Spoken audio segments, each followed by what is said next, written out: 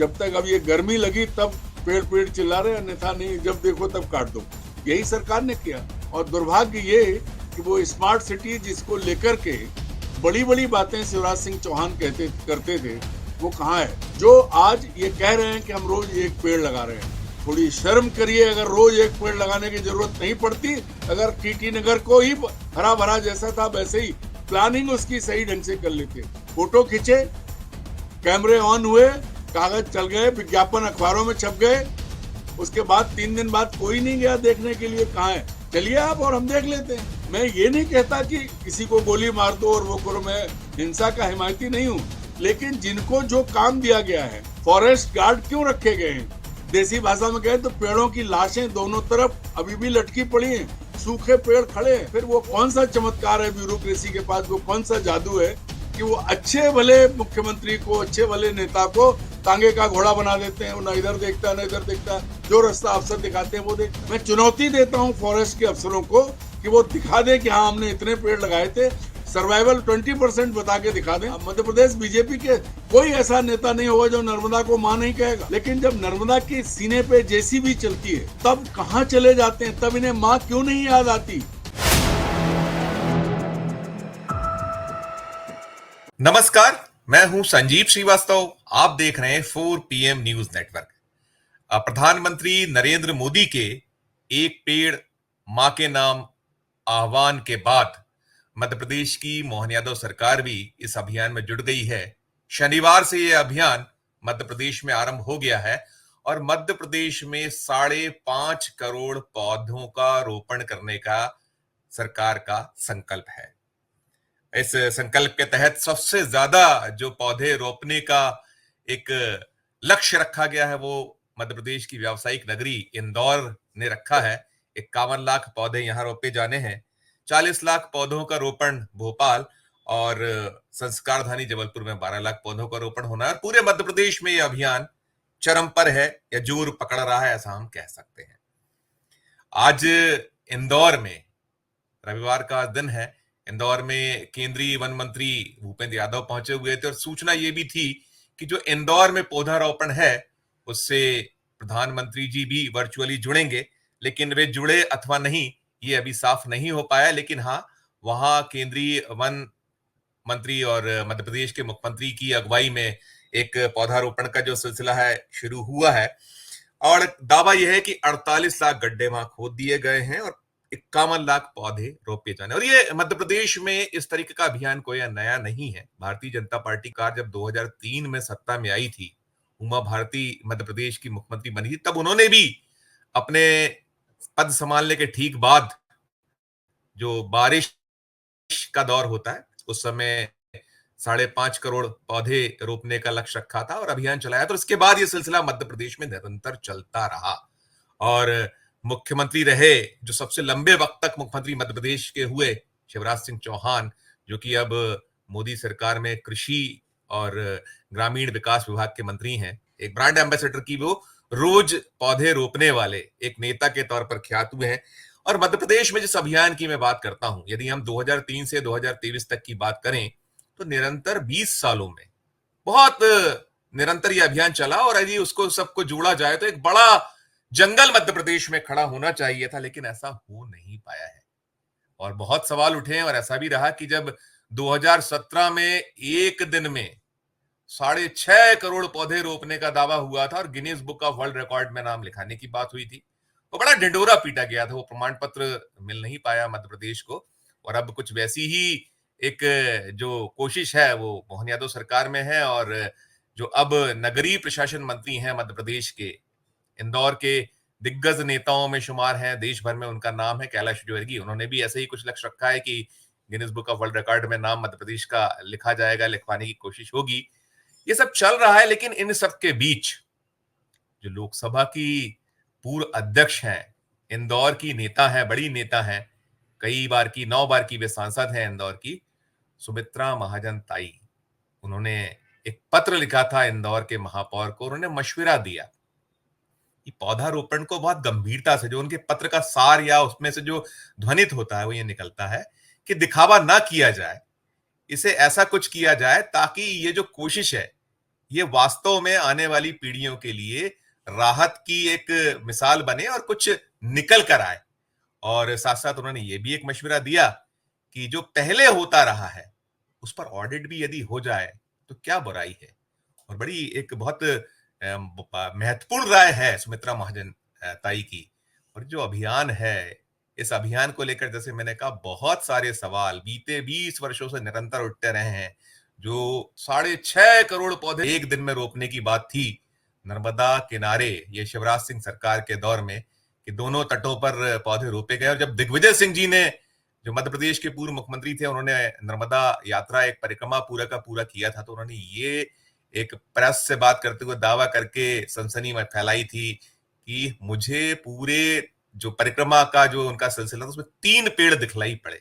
अब सोचिए कि क्या कुछ इसके जो कोशिश होती है या इसके पीछे क्या कुछ कहानी है, ये कुछ छुपा नहीं है। बहुत सारी शिकायतें निरंतर होती हैं, लोकायुक्त ने कुछ मामले भी दर्ज किए हैं अफसरों के खिलाफ, जो वन विभाग के अफसरान हैं।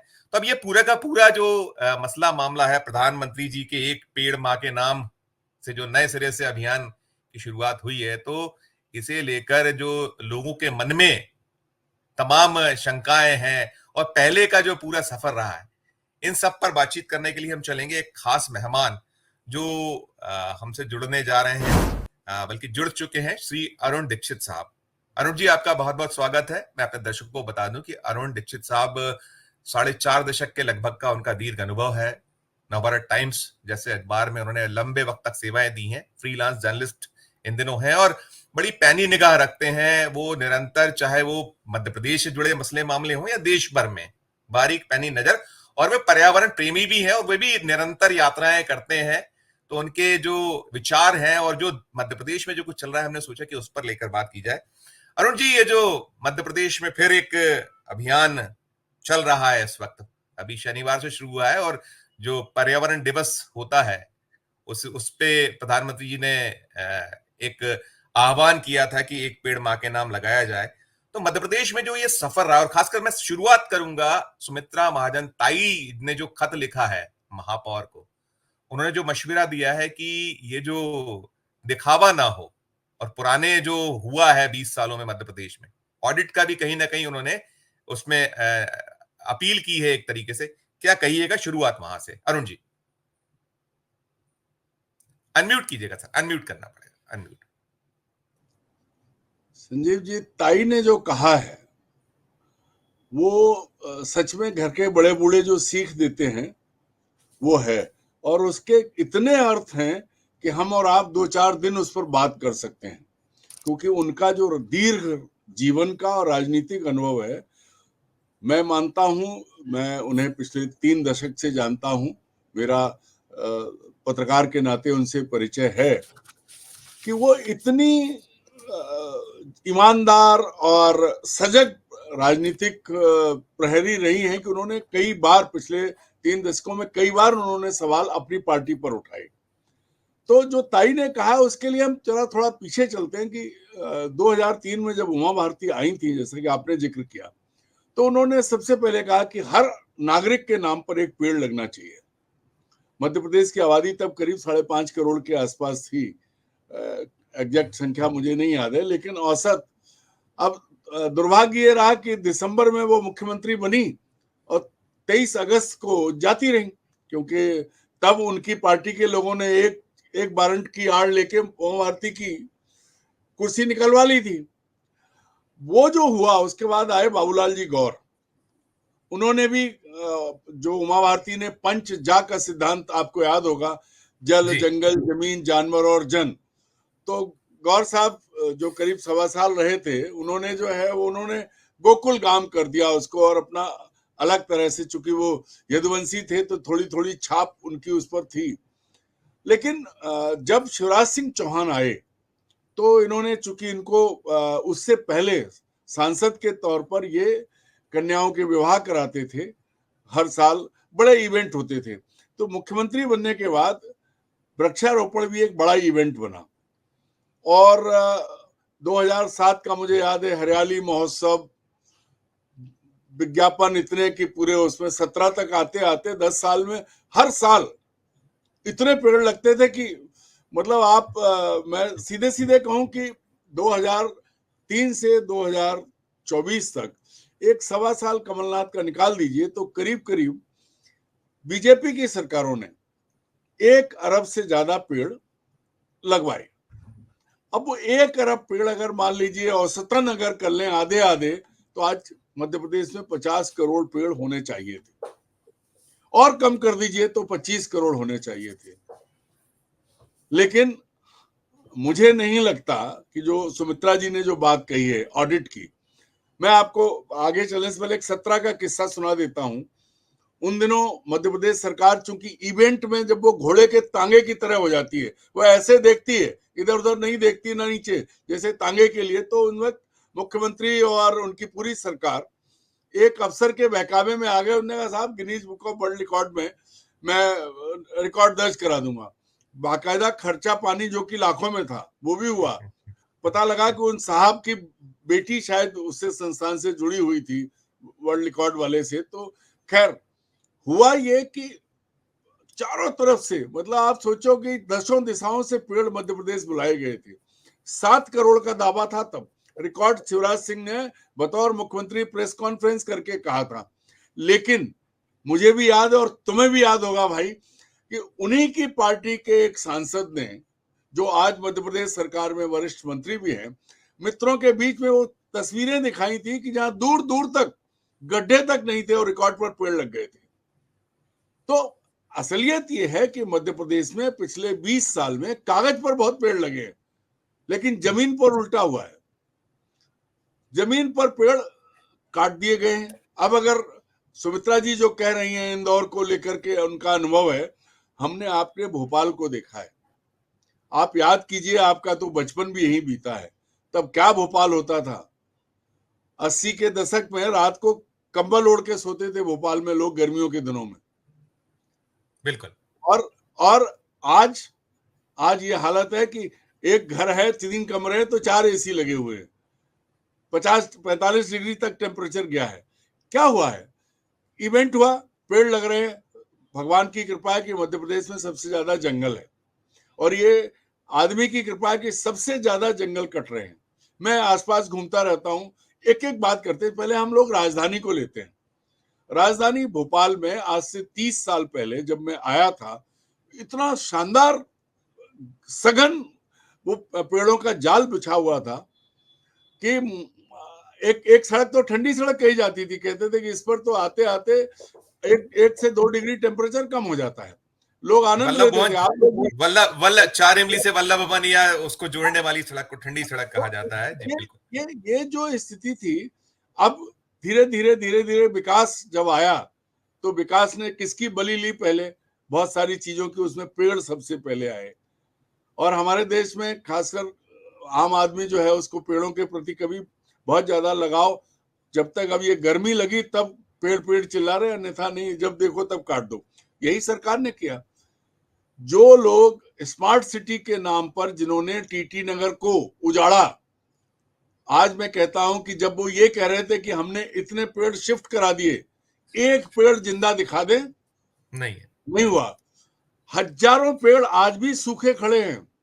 और दुर्भाग्य ये कि वो स्मार्ट सिटी जिसको लेकर के बड़ी बड़ी बातें शिवराज सिंह चौहान करते थे, वो कहाँ है? क्या कोई परियोजना स्मार्ट सिटी की पूरी हुई? सब अधूरी पड़ी हैं। पेड़ कट गए।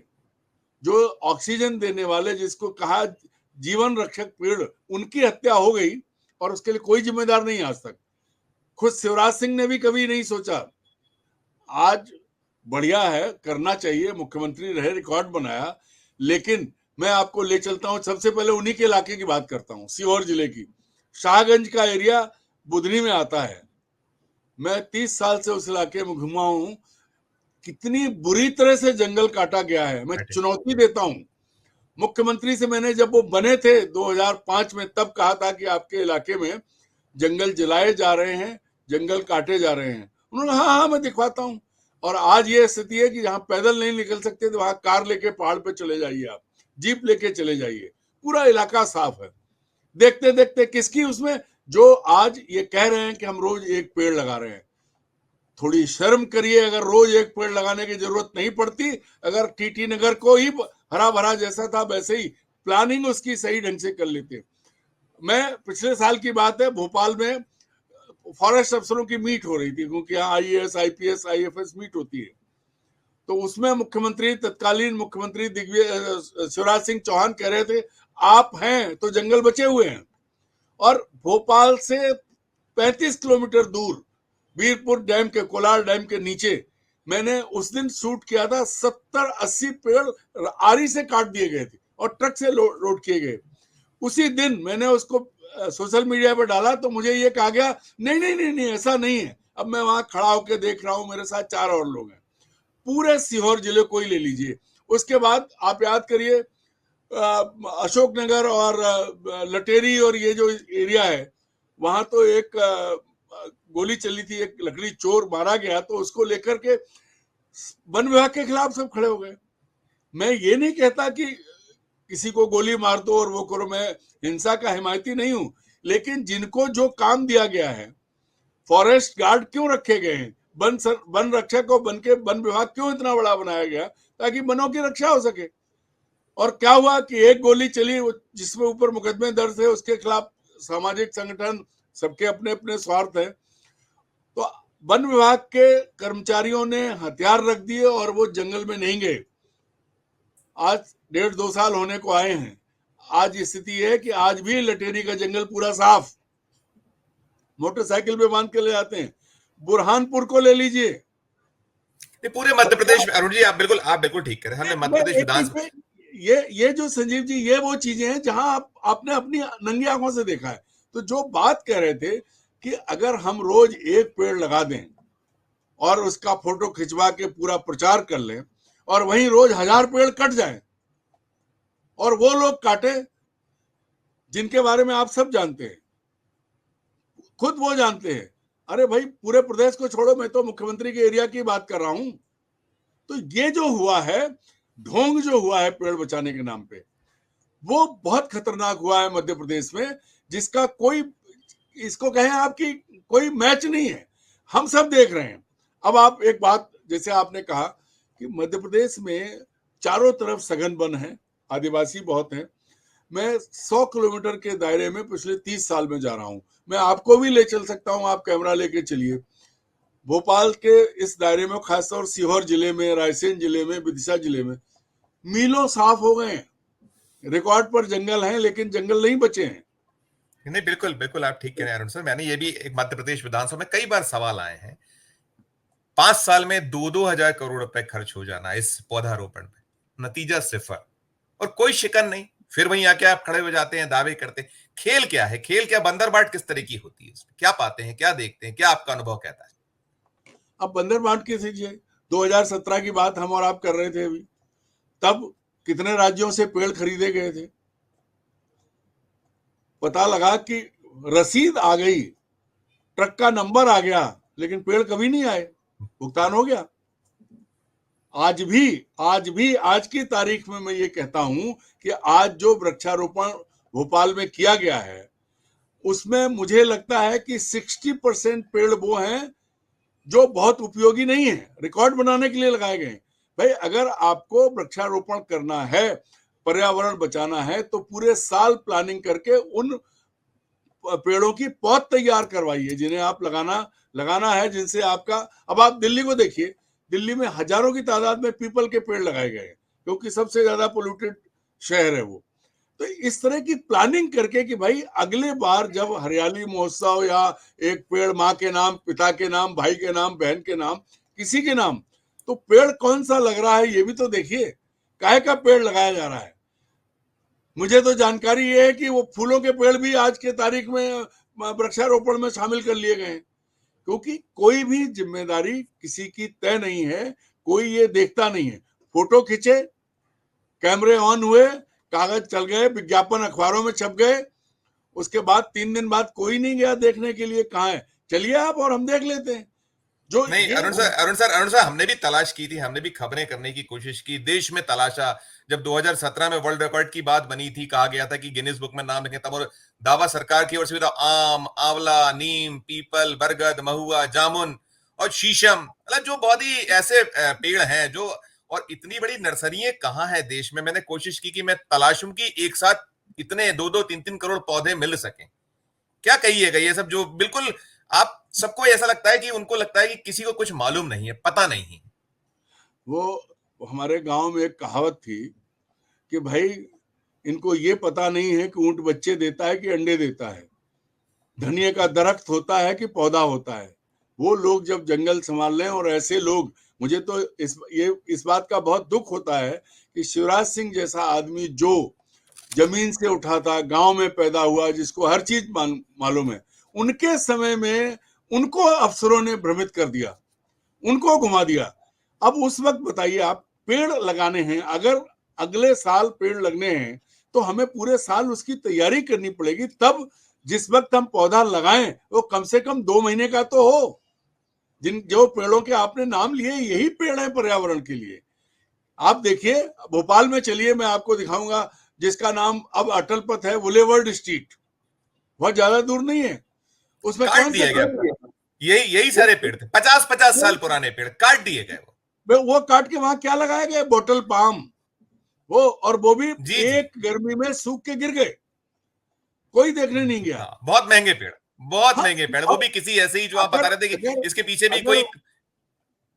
अगर आज हम और आप देखें, उसी टीटी नगर के उस एरिया में जिसमें ये बुलेवर्ड स्ट्रीट बनी है, उसमें जो है, आप परिस्थिति ये बन गई है कि पूरे उसमें वो बॉटल पाम लगा दिए अफसरों ने, थोड़े पौधे लगा दिए फूलों के, और फोटो खिंचवा ली, हो गया काम। और दोनों तरफ, हम तो कहते हैं, देसी भाषा में कहें तो पेड़ों की लाशें दोनों तरफ अभी भी लटकी पड़ी हैं, सूखे पेड़ खड़े हैं। वो फलदार आम के पेड़, जामुन के पेड़, पूरा एरिया, अभी भी सैकड़ों पेड़ वहां लगे हुए हैं आज की तारीख में, जबकि स्मार्ट सिटी जाने कहां चला गया, अभी भी चल रहा है। तो किसी ने, अगर वृक्षारोपण पर्यावरण के लिए करना है तो उसकी प्लानिंग करके पहले पौधे तैयार करवाइए। लेकिन नहीं, खरीदने के लिए खट से बेंगलोर से भी आ गए, कहीं कहीं से भी आ गए, और कहां चले। ये सबसे बड़ी चीज है ना कि अगर कोई ऐसा आदमी जिसको जमीनी हकीकत नहीं मालूम है, उसको अगर अफसर घुमा दे या सीधे सीधे कहें कि मूर्ख बना दे, तब तो चलता है। लेकिन वो आदमी जिसको सब पता है, उसके राज्य में ये सब हुआ। मैं कहूंगा, शिवराज जी हमारे मित्र हैं, आज भी उन्होंने ट्वीट किया है कि मैंने पौधा लगाया। मैं कहूंगा एक बार टीटी नगर तो देख लो, आप तो यहीं पले बड़े बड़े हुए थे, क्या स्थिति है और कौन जिम्मेदार है? जिन लोगों ने स्मार्ट सिटी की प्लानिंग की, उनसे क्या पूछा आपने कितने पेड़ों की हत्या के बाद आपने क्या किया? क्योंकि नहीं सोच रहे, नहीं देख रहे।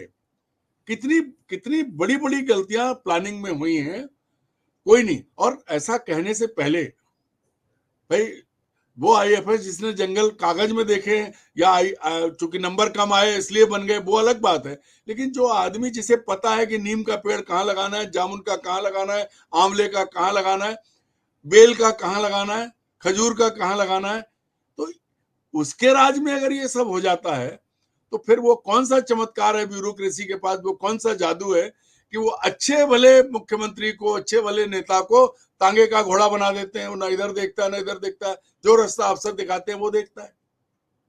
और अगर हम पूछेंगे, सवाल उठाएंगे, तो ये भी बात आती है कि नहीं नहीं सवाल, अरे चारों तरफ